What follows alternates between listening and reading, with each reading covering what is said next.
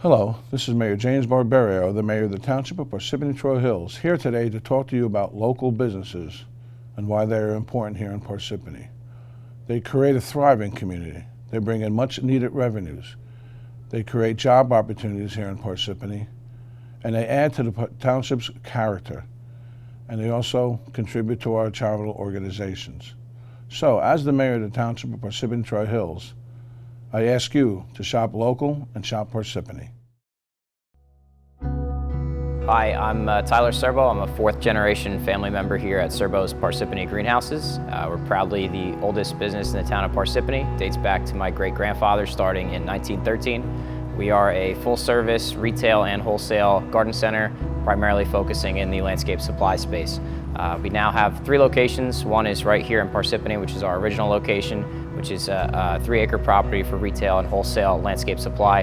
As I mentioned, anything from hanging baskets, annuals, bulk products such as topsoil mulches, trees, nursery stock, shrubs, landscape design type work. And then we have a wholesale nursery up in Sussex County. It's about 40 acres where we produce a lot of our container nursery stock run by other members of our family, and then a tree farm that's about 5 minutes down the road where we are actually the largest producer of shade and ornamental trees in North Jersey. So those 2 locations supply a lot of what we do here.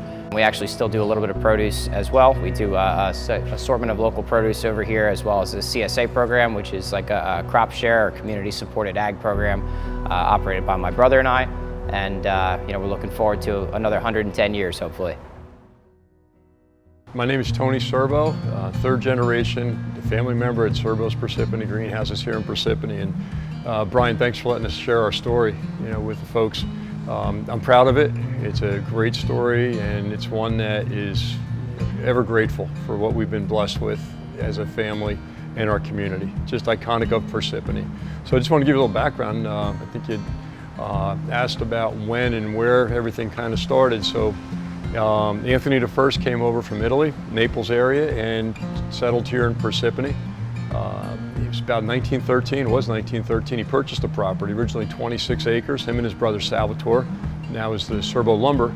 But they worked on this farm as a dairy early on. It was part of the Clover Dairy Network, and they purchased it and were raising vegetables. So we got that 110th year anniversary coming up now from 2013 to look forward to 1913 to 2023. My gosh, the years are all starting to melt together. What we have that's consistent and what's different as we've evolved, and my grandfather was what was known as a progressive farmer. It was my dad. I never met my grandfather. He passed well before I was born, but he always said he was told that if you grow great asparagus, that's good, but if the people want tomatoes, you better learn to grow good tomatoes. And that stuck with us. We really wanted to accommodate the market. So we started out with vegetables, as you could tell, from what we had. And my dad had some of the first Rutgers variety beefsteak tomatoes that he took to Newark and Patterson markets and locally here. When my grandfather and grandmother got married in 1923, my grandmother had a business background of merchant of produce in New York City. And she said, Anthony, why run these things to market? We have a growing clientele here in Parsippany, people coming out for vacation, weekend houses, summer homes. So we set up a roadside stand, or they set up a roadside stand, and it was pretty cool. For our 100th anniversary, I pulled up all the old books, and it was really interesting, the expenses. Meat was by far the highest expense that they had, and it was so amazing to see a loaf of bread was 5 cents. Meat they had 50 cents for a week or maybe even a month. So I just found the old receipts and we worked through them. But it's really interesting how that all was Parsippany back then. The highways weren't there. They were very limited with some of the equipment that we had to move things, so it was repetitive trips, and it worked out well because corn and tomatoes are a perishable crop. So you couldn't pick corn and ship it for a week. It was starching and become an inferior product within 24 hours. Tomatoes, same thing. You can't refrigerate a tomato, so they had to be delivered fresh as well. Route 80 came through 1970s, and my dad, he came along and said, you know what, we're using these greenhouses to grow vegetables. We've had more and more housing developments come into town. The baby boom and all the schools that happened in the 60s and 70s. My uncle was fortunate to go to Rutgers and study landscape architecture, and said, okay, we're going to pivot from a roadside stand to a garden center. And it's been 50 years now, this building we've been in. Dad constructed it, and reaction to the market, and I was really proud of how he did that. We've retrofitted some things, but we've had to pivot on how the market has changed over the years, which is something we almost didn't do. We stayed to Dad's formula for a long period of time, and caused us a little bit of hardship right around our 100th anniversary. We didn't adjust to some of the modern times that were going on. Now, I'm proud to say we had fourth generation come along and a young staff, environmentally conscious. They were really dialed in on current plant practices and techniques, and lo and behold, we've reinvented ourselves thanks largely to the demand of our customers, the loyalty to customers. I'd be remiss if we didn't say thank you to Parsippany for supporting us. Even in our down times, people were coming in and say, Tony, please tell me you're not going out of business. You know, back in the Great Recession, we said, no, we're readjusting here, hopefully. And their encouragement really hit home. No, let's keep at it. And we stayed with it.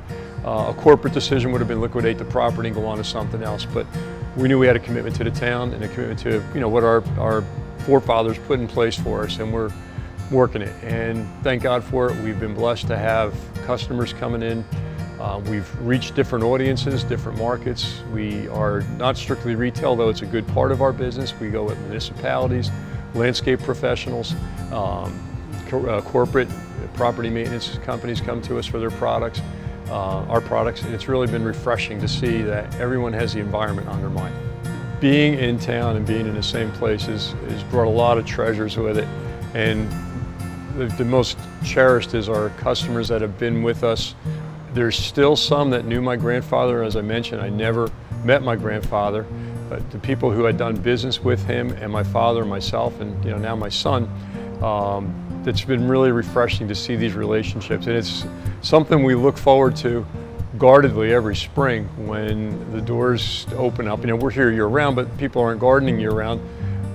Who's made it through winter? It's pretty neat to see. They've come back from, especially some of our older clientele that maybe in the warmer areas for the winter come back in, and we renew those relationships. I can't tell you how many times, Brian, I've put a tree in and a customer said, well, that's the last one I'll ever plant, and no, it's not. We wind up doing more. People sell themselves short. There's customers I've been blessed to do their house multiple times here in Parsippany. We've landscaped. Landscaping lasts about 10 to 15 years. I hope to say ours lasts about 20 years before you have to, retool that. So the trees last. The shrubbery and that needs to be, reconfigured. With modern plants, you need even longer because of their compact growth and such. But I've done houses 2 and 3 different times. It's really been pretty amazing. And from a municipal standpoint, it's neat to see you drive around town and you see trees that we now have a tree farm up in Sussex County that we raise our own trees. And I attribute that to my dad. My dad was the agronomist. And he always taught if you take care of the soil, you take care of the land will take care of you. And he talked about how trees coming from other parts of the country were not acclimated to our weather here in New Jersey. So up in Sussex County, we purchased a tree farm 35 years ago, and we raise our shade, ornamental, and evergreen trees there, grown in the soil, grown in the environment that they're going to be planted, and our success rate is off the chart. I'm proud to say we've been an employer for probably 500 or better high school and college kids in town over the years, and that number is probably even higher. That was probably in my time doing the scheduling and staffing, which my son Tyler does now. But these kids all came from our schools. That's been our labor resource, and when they get out there and they buckle down. And our relationships with the schools, my dad had valued that, my brother and sister still do. When there's a graduation or there's something that needs to come up, a tricky tray, it's pretty neat to be involved with that. But Mom and Dad thought so much about it. When we had our first crop of trees come available off the tree farm in the early 2000s, we didn't have the market. We did not establish the commercial and municipal market at that point. So we had an extra amount of trees that were ready to be harvested, dug, and Dad and Mom said, you know what, let's give them to the schools. So we went out in a lot of parking lot areas, because schools back when they were built did not have the requirements that a commercial or public building would have today with landscape designs and plans. These buildings were built in the 60s and 70s, most of them. So now we circle back, and trees along pavement, trees along parking area, trees on the south side of a building to help shade it, evergreens on the north and west side to protect it from the winds. It became an environmental complement to the building, aesthetically, and just if you're on a hot day like today, you're going to park in the shade of a tree. No doubt, that's going to be the first spot taken. So they valued that so much that I think probably $50,000 worth of trees at wholesale level was out to the schools, and they were planted by the schools. We had volunteers step up, and it was pretty refreshing on my end that it wasn't an inside kind of student. It was more hands-on, and you could see some kids that weren't really the top of the class sometimes step up on these projects, and I hope they found a niche for them, and the teachers recognized some of the things that, hey, these green jobs are pretty cool, fulfilling, and some of these kids have gone on. Right now, I think we have about 7 environmental students on staff with us right now. You know, all sorts of capacities, from wildlife management to water management is a big issue as well. We talk in our staff here that we're not doing chemotherapy or dialysis, thank God, but we are fulfilling some kind of health need. For people that just have connected with the plants, it's therapeutic, relaxing, allows us to take and decompress in different ways. The plants need our care, and we relate to that. In my free time, I just love tooling around my own yard, working on different garden beds, edibles, ornamentals, whatever it winds up being, attracting wildlife, attracting birds. It's all parts of the elements come together. Hello, my name is Frank Cahill. I am the chairman of the Parsippany Troy Hills Economic Development Committee. I look forward to working with the administration on bringing new business to our community. If you'd like to be featured on Meet the Merchants segment, please contact me at 973-559-6000. Shop local, shop Parsippany.